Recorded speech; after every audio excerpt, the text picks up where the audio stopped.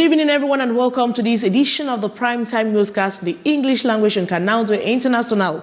We begin with our lead stories.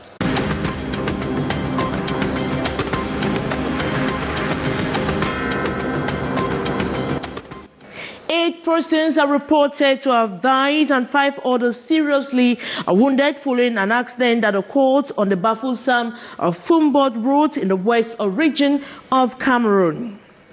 Alleged human bone traffickers who have dug graves and made away with skeletons in Bangoua village in Day Division have been given a 9-day deadline for them to return the remains of the wrath of the gods. The deadline was set up by the chief of Bangoua during a crisis meeting that was convened to discuss the recurrent profanation of graves in that part of the country. And relative calm has returned to Tous in the west region of Cameroon after a series of events that have affected the peace and serenity of that division. And the rising trend of hate language in the Central African sub-region has jettisoned public authorities and international organizations to put in place an effective strategy to avoid violence triggered by hate speech. Those are major stories. Details right ahead.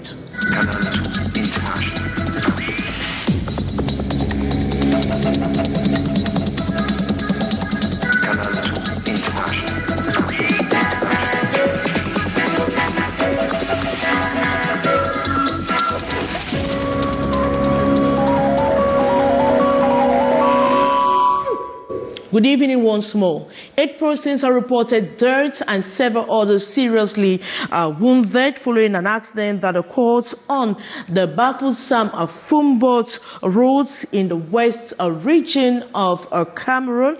The accident occurred when a 19-seater bus collided with an upcoming truck. The wounded were rushed to a nearby hospital. Victims will have details in a subsequent edition of Newscast. Alleged human bones traffickers who have dug graves and made away with skeletons in Bangoua village in Day Division West, a region of Cameroon, have been given a 9-day deadline for them to return the remains or face the wrath of the gods. The deadline was set by the chief of Bangoua during a crisis meeting that was convened to discuss the recurrent profanation of graves in that part of the country. More with our reporter Gladys Ambutiba. This grave belongs to a former clerk who was buried 4 months ago in Toujours neighborhood in Bangoua, located in the division of the west region of Cameroon. The grave has been destroyed by unknown individuals and the entire skeleton taken away. The population of Bangoua are puzzled by these abominable acts. When we arrived at the scene, we noted that the grave had been destroyed, the iron bars removed. When I was closer, I discovered the tomb was empty. The skeleton had been taken away. The family members and the grass-field community in Bangoua are devastated as they consider the dead are not gone forever according to their customs and tradition.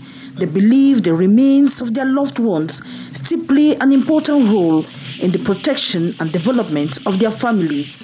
Bad luck awaits all those who participated in the act, even if it is a member of the family who is an accomplice, he will pay dearly. Faced with the situation, the chief of Bangoua village, Julien Jampo Chachwang, guarantor of traditions, convened a crisis meeting during which he schooled the population on the negative impact of the activity on the lives of those who practice it and their families concerned. He urged everyone to redouble vigilance to preempt a repeat of the situation. We give them a 9-day deadline to return the remains. They should organize themselves or face the wrath of the God. To cleanse the village, therefore, the Brotherhood Kunga secret dance went out to the different places where the graves were desecrated and displayed. And relative calm has returned to Bangoua tous in the west region of Cameroon after a series of events that have affected the peace and tranquility of that division during a security meeting that held to that effect in Abuja. The senior divisional officer for Bangoua tous urged the population to remain calm and vigilant. Gladys Amodiba completes that story. La route Bamenyam Awin est bloquée. Du fait de l'enlèvement de 2 jeunes filles. This is one of the issues that preoccupy authorities of Bangoua tous division in the West region within the past couple of months.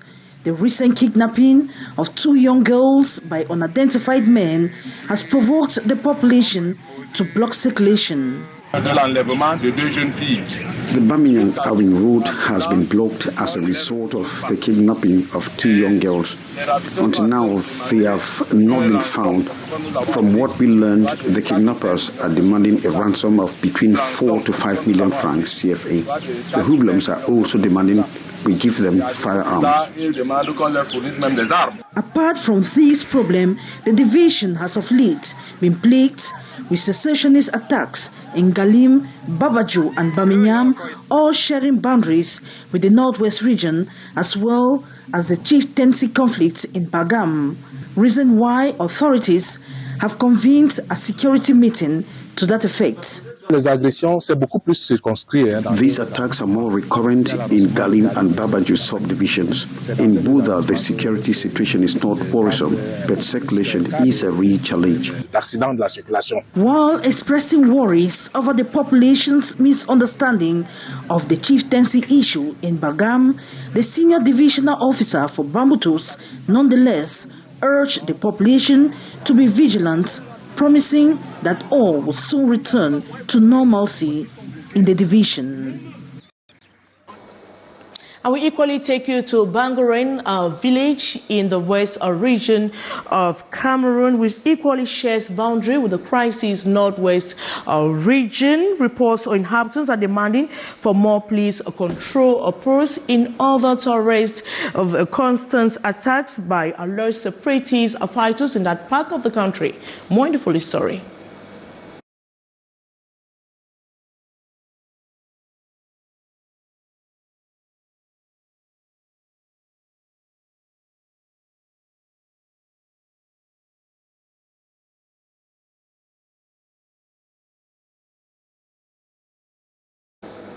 We are sorry for those technical hitches. The rising trend of hate language in the Central African sub-region has jettisoned public authorities and international organizations to put in place an effective strategy to avoid violence triggered by hate speech being a vehicle to hate speech. The media is training on how to change the narrative. More with our reporter, Kejan Henry Atembe. The constant use of hate language is tearing many communities in the Central African sub-region, putting people asunder.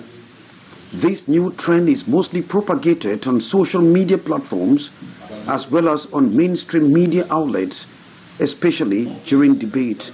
We organized this conference to think with you how we can manage to find the good solution to avoid this kind of speech in the social media, in the public media, and the private media. This is the raison d'etre of a sub-regional workshop taking place in Douala, Cameroon, in which the media will work from November 28 to 29, 2023 on how to circumvent the use of hate language that might lead to conflict. We have to be frank about it, and we see it on a trend that should bring us quickly to action through the adoption of this sub-regional strategy and in the implementation of its action plan. We have seen that incitement to violence and hate speech are rapidly growing, and this also through the development of communication means, including social media. And you have seen the divisive and confrontational trends in debates in the society, including around political issues in the context of elections. And our assessment is that this is something requiring urgent action. Organized by the United Nations Office for Central Africa, the media is expected to come up with an effective strategy and an action plan to avoid hate language that might lead to violence. And the retired workers of the National Civil Engineering Equipment Pool, Mageni, have halted via strike action following promises made by the Minister of Public Works and the management of state enterprise. The disgruntled former workers had a series of meetings yesterday with the powers that be after they took to the streets to express their frustrations over unpaid retirement benefits and the social insurance dues. Yes, an except of the general manager of Mageni this day on the solutions to address their plight. We take you to Bangoua, a village in the west region of Cameroon, but that shares a boundary with the crisis northwest region. Inhabitants are demanding for more police control posts in order to arrest constant attacks by alleged separatist fighters. Inhabitants have expressed a fear of the known. More in the following story. The insecurity situation in Bangoua West region remains preoccupying. Many still hold souvenirs with pains after a series of hits and runs from separatist fighters. On the streets this Tuesday, November 28, 2023, most residents shied away from our cameras, expressing fears of being attacked as they claim no one knows what will happen in the days ahead. The mayor says neighborhoods are still exposed to attacks. We still have some areas which are vulnerable to attacks, reason why we are pleading on the government to bring back order. On the streets of Bangoua, business is going on as usual. The fear of the unknown remains omnipresent. Many disclosed separatists crossed over using porous borders that separate the English and French-speaking regions. The mayor pleads on the government for creation of more police control posts to beef up security surveillance 24/24. All what we are asking is for the government to create more security posts, especially as our town shares borders with Northwest region from where secessionists kidnap people for ransom. This has fast developed high crime wave. It should be noted, Bangoua hosts at least 800 people who fled fighting between separatists and government troops in the Northwest and Southwest regions. A majority are school-going children. Bangoua received more than 1,000 displaced persons from the Northwest and Southwest regions. They are not stigmatized. They are fully integrated in our society. Just to recall that on December 2018, residents of Chupa and Menkufula villages in Bangoua were victims of attacks by armed men. 86 houses were burned down, family heads murdered, and many others seriously injured. This incident has remained engraved in their memories. The American Chamber of Commerce and the government of Cameroon are multiplying strategies to combat trademark piracy and counter the circulation of illicit goods. These by reviewing the legal regulation framework and creating awareness on the importance of protecting intellectual property rights. More with Kejan Henry Ateme. Trademark protection in Cameroon, legal and regulatory framework, challenges and techniques is the focus of this seminar by the American Chambers of Commerce. This seminar is coming from a resolution that has been adopted during our 2022 seminar on counterfeit and contraband. And one of the core resolution was to promote the education and sensitization around the intellectual property protection in Cameroon. With the phenomenon of piracy growing by the day, it is empirical for the US and Cameroon governments to strengthen mechanisms of efficient control. Protection of intellectual property rights is a vital issue in Central Africa and throughout much of the world. In order for inventors and creators to be able to innovate and to bring their products to market, they have to be able to protect their brands and the trademarks that they own.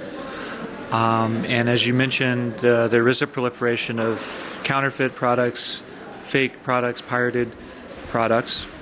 And so we appreciate the support of the government of Cameroon and the activities of the American Chamber of Commerce in Cameroon to just stress the importance of protecting intellectual property rights. The forum equally aims at consulting with the African intellectual property organizations and other stakeholders while informing the public of the legal dispositions, as well as raising awareness on the advantages and constraints of trademark protection. High Sanctuary reporting day, and corporate bodies have prescribed stringent internal mechanisms to better manage their financial and investment portfolios. These will help them come up with projects that can easily be financed. This call is coming from financial engineers who are worried on the unproductive nature of many projects in the country. Kenyan Henry Atembe completes that story. Financial analysts are grappling with the intricacies faced by project management officers within a context where banks are unable to finance projects that are unproductive. According to experts, many projects are bound for the drawers because of funding problems. In our country, you have everyone will take, I have the knowledge to finance the project, or if you want to have the knowledge of training, if you know the banking, you don't finance the project. If you don't have study in finance, you don't understand well the problematic of this project. That is the problem now we have. But we have now the regulator like COSIMAF who are playing a very role to discipline the market. These financial engineers are working on a collection of financial investments and funding portfolios to help corporate bodies sustain the shocks of a competitive world. There are various risks. When you are examining a particular project, you have risk regarding the technical aspect, like how feasible is the technical aspect of the project, the technology used, etc., etc. You have a risk regarding the legal aspect, like all the legal framework that is of interest to the topic, to the project being analyzed. And you also have risk regarding the financial aspect. In the face of these worries, corporate bodies have been prescribed in-house financial models based on their own challenges. These financial engineers will then sort for alternative funding for projects. Thank you so much, Kejang Henry Atembe. And that brings us to the end of this edition of the Primetime Newscast in the English language on Canal International. Thanks so much for watching. But coming up next is the brief with Lil Pigeon. As of me, I will be back this time around tomorrow. Good night.